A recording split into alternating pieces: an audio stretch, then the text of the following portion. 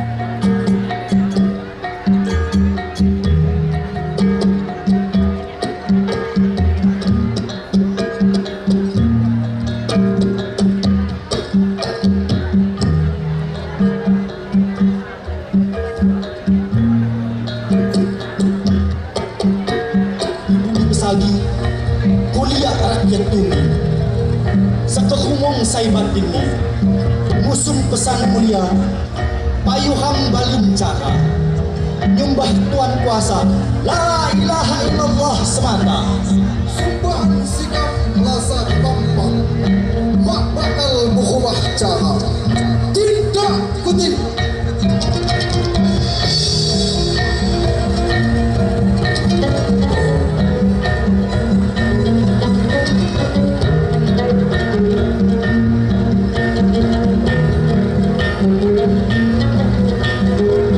Untuk mengaduk ajaran yang lurus ditolak oleh Prabu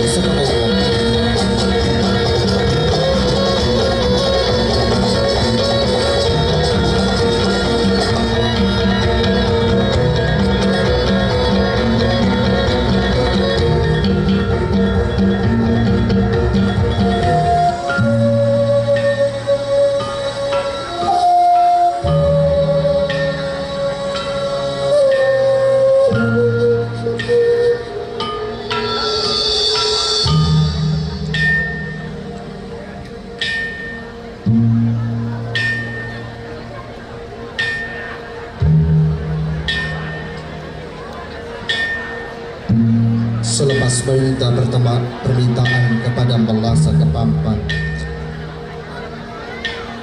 Sang raja meminta bantuan kepada Beguha, harimau tunggangan kesayangannya.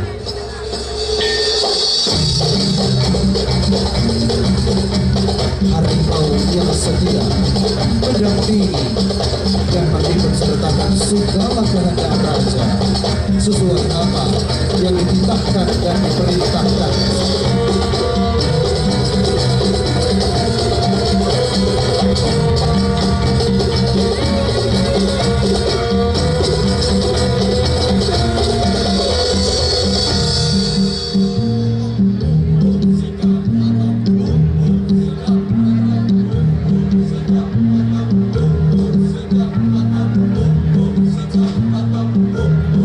Beguha yang juga setia pada titah sang raja memanggil harimau dari kaki Gunung Pesangi untuk juga dapat membantunya menyelesaikan masalah yang dihadapi oleh Ratu Segohomong.